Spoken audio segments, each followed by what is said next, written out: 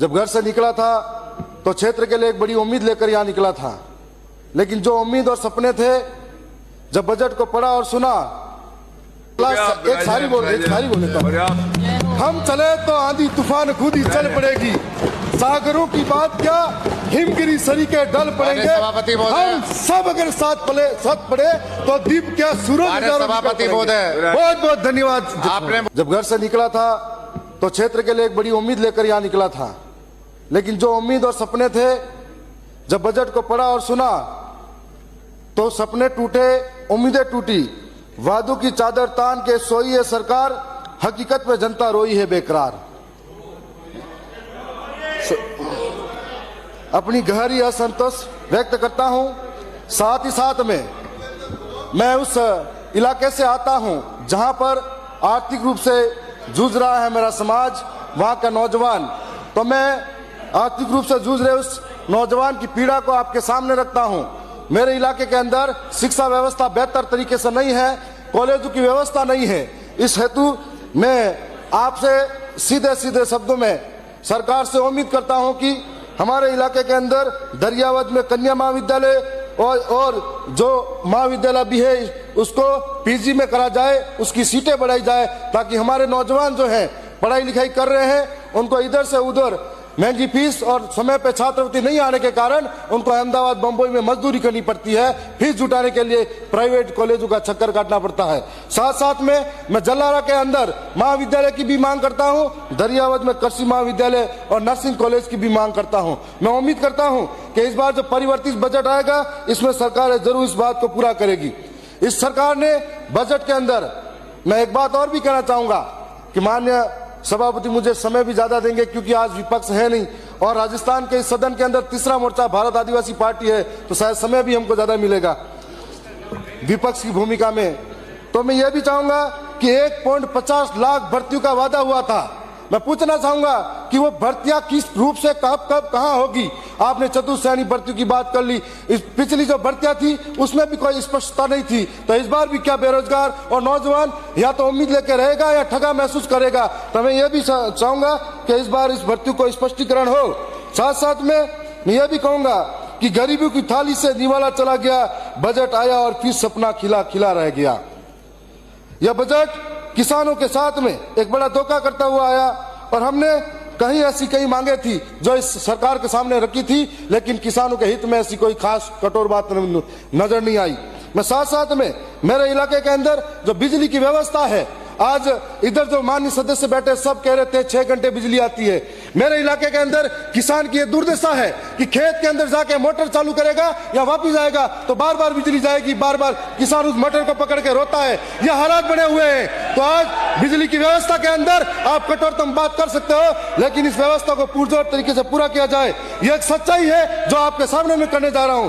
साथ साथ में मैं सरकार से उम्मीद करता हूं कि मेरे इलाके के अंदर JN ऑफिस माना गांव के अंदर खोली जाए, IN ऑफिस मुंगाना के अंदर स्थापना की जाए, जिससे कि लोगों को राहत मिल सके। और साथ साथ में चरी और खुंता में और घाटा गांव के अंदर 3811 kV GSS की स्थापना कर ग्रामीणों को बिजली आपूर्ति में सहयोग मिला जाए।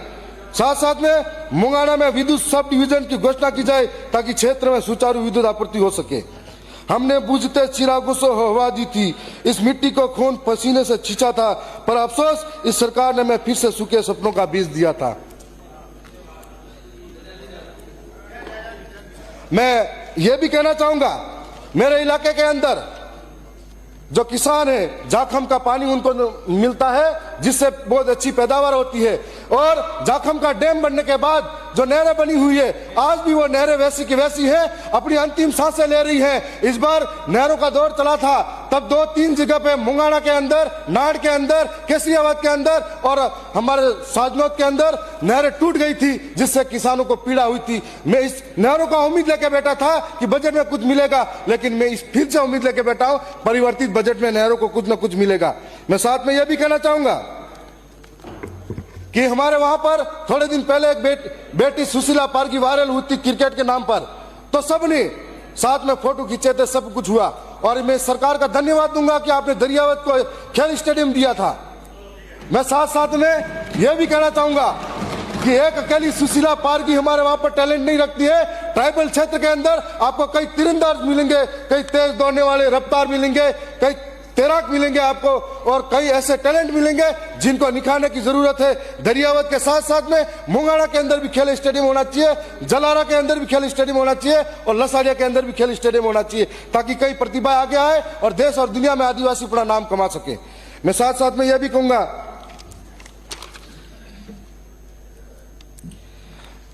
आपने 65 करोड़ की सड़कें हमारे दरियावत विधानसभा में इस बार बजट घोषणा में दी है।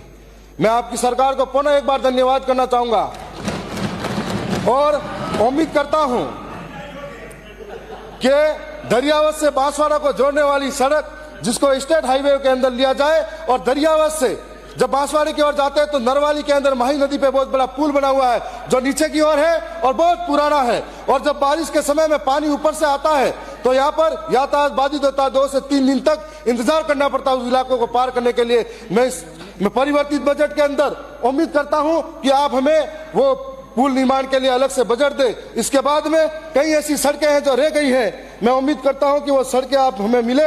मैं बताना चाहूंगा कि लसाड़िया ब्लॉक में एक हमारा लसाड़िया ब्लॉक के अंदर कन्या महाविद्यालय खोला जाए, साथ साथ में बिलड़िया झंडा से वन नाका लसाड़िया वाया पीपला पानी गांव है, बहुत पुरानी सड़क की मांग है, उसको पूरी किया जाए। जल्लारा में दौलपुरा से भैंसागढ़ डामर सड़क, और मानपुर से बेड़ावाल वाया कुकड़ा पड़ुआ, बुडेल से केला कुआ सड़क, मोरिया से सरवनी सड़क। उम्मीद करता हूं कि इस परिवर्तित बजट में इन सड़कों को जोड़ा जाए जहां पे आम जीवन सुरक्षित महसूस हो सके और आरामजनक हो सके। साथ साथ में यह भी कहूंगा कि मेरे इलाके के अंदर आज हम सब चाहते हैं कि आदिवासी पढ़े लिखे आगे बढ़े, लेकिन पूरे ट्राइबल क्षेत्र के अंदर 80% व्याख्याताओं के पद खाली पड़े हुए हैं, और स्कूलों की हालत देखी कि मैंने, हर एक विद्यालय के अंदर नवीनीकरण और जर्जर हो रहे हैं, तो उनको नवीनीकरण की आवश्यकता है। इस बार स्पष्ट करें कि आप विद्यालय के लिए, शिक्षा के लिए कितना बजट उस इलाकों को देना चाहेंगे। मैं यह भी कहना चाहूंगा कि जब 80% व्याख्याताओं के पद खाली है, वरिष्ठ अध्यापकों के पद खाली है, और हर एक विद्यालय के अंदर भवन की आवश्यकता है, तो कैसे शिक्षा में आदिवासी आगे आएगा। मैं उम्मीद करता हूं कि ये सरकार शिक्षा के क्षेत्र में बजट देगी, व्याख्याताओं की पूर्ति करेगी। और साथ साथ में एक और बात कहना चाहूंगा, जो शिक्षकों की पीड़ा है वो सदन में आपके बीच में रखना चाह रहा हूं, 3rd ग्रेड शिक्षक के ट्रांसफर की पीड़ा है, जो मैं उम्मीद करता हूं कि सरकार आगे कोई नीति, ठोस नीति लाकर 3rd ग्रेड शिक्षकों को ट्रांसफर करेंगे ताकि इससे राहत मिल सके।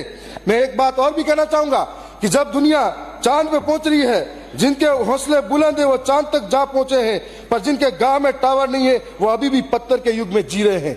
माननीय सभापति महोदय, मेरे इलाके के अंदर पहाड़ा, बिड़ावल, सती और उसके अलावा जो बिलड़िया और ऐसे कई तमाम इलाके हैं, कुकड़ा पड़वा, जहां पर आज भी टावर नहीं है, तब हम लोग यहां से योजना बनाते हैं जियो टैगिंग के नाम पर। वो योजना उन तक कैसे पहुंचेगी, मैं यह आपसे कहना चाहूंगा कि माननीय अध्यक्ष महोदय, सभापति महोदय, अभी हमारे पास,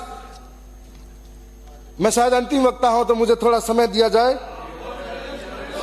माननीय अध्यक्ष महोदय, हमारा जो आदिवासियों का मानगढ़ धाम है, जो अपनी शहीद और अपने खून से छिचित आदिवासियों का शौर्य पराक्रम को दर्शाता है, हमारे वहां के आदिवासियों की वर्षों से मांग थी कि मानगढ़ धाम को राष्ट्रीय स्मारक घोषित किया जाए ताकि वहां के शहीदों को एक सम्मान मिल सके। और मानगढ़ धाम पर जलियांवाला बाग से भी भयंकर घटना घटी थी, जहां पर यदि शहीद स्मारक को राष्ट्रीय शहीद स्मारक घोषित किया जाता है तो वहां पर आदिवासियों के लिए बहुत बड़ा सम्मान होगा। मैं उम्मीद करता हूं कि ये काम होगा। मैं एक छोटा सा और निवेदन करना चाहूंगा, मैं गांव के अंदर सबसे निचले स्तर के जो लोग हैं, इस विद्यालय के अंदर खाना बनाते हैं माता बहने, जो आंगनवाड़ी में खाना बनाती माता बहने, हमारी तनख्वाह जितनी फोन के लिए यहाँ पर हमको पेमेंट मिलता है उतना बजट उनको मिलता है। महंगाई के जमाने में तेल, लोड़, मरस कैसे खरीदे। मैं उम्मीद करता हूं कि आप उनका बजट बढ़ाया जाए और साथ साथ में नरेगा के अंदर 200 दिन किया जाए ताकि उनको रोजगार मिल सके। साथ साथ में उनकी तनख्वाह नरेगा के अंदर 500 रुपये की जाए ताकि उनको संबल प्रदान हो। नरेगा के मेटों को आप परमानेंट तनख्वाह दी जाए। साथ साथ में मैं यह भी कहना चाहूंगा कि उनकी आंखों की स्क्रीनिंग होती है। अब जब कोई मेट जेठ जी है तो उसके जो बहू है वो आके आंखों को कैसे आगे दिखा सकती है, और जबकि मजदूर के आंखों की स्क्रीनिंग, हमारे भी आंखों की स्क्रीनिंग होनी चाहिए, हमारे साथ में हर विभाग की स्क्रीनिंग होनी चाहिए। तो एक नरेगा के मजदूर के साथ में ऐसा भेदभाव क्यों? मैं यह भी कहना चाहूंगा कि थर्ड ग्रेड जो हमारे यहाँ राजीव गांधी जो युवा मित्र लगे थे, उन राजीव गांधी युवा मित्रों को फिर से बहाल कर उनको आप जो प्रेरक लगा। सर एक लास्ट मांगे, मेरे विधानसभा के अंदर जो सीता माता वन अभ्यारण्य है और हमारे इलाके के अंदर बहुत बड़ा जंगल है, हमेशा गर्मी के दिन में कहीं के आग लग जाती है, कई गरीबों के आशियाने उजड़ जाते हैं। ऐसे में हम लोग ये मांग करते हैं कि अग्निशमन की घोषणा की जाए, फायर ब्रिगेड हमको दिया जाए दरियादी विधानसभा में। साथ साथ में यह कहूंगा जो हक हमारा, मैं तो एक सारी बोल लेता हूँ। हम चले तो आंधी तूफान खुद ही चल पड़ेगी, सागरों की बात क्या हिमगिरी सरी के डल पड़ेंगे। हम सब अगर साथ पड़े तो दीप क्या सूरज। सभापति महोदय बहुत बहुत धन्यवाद। आपने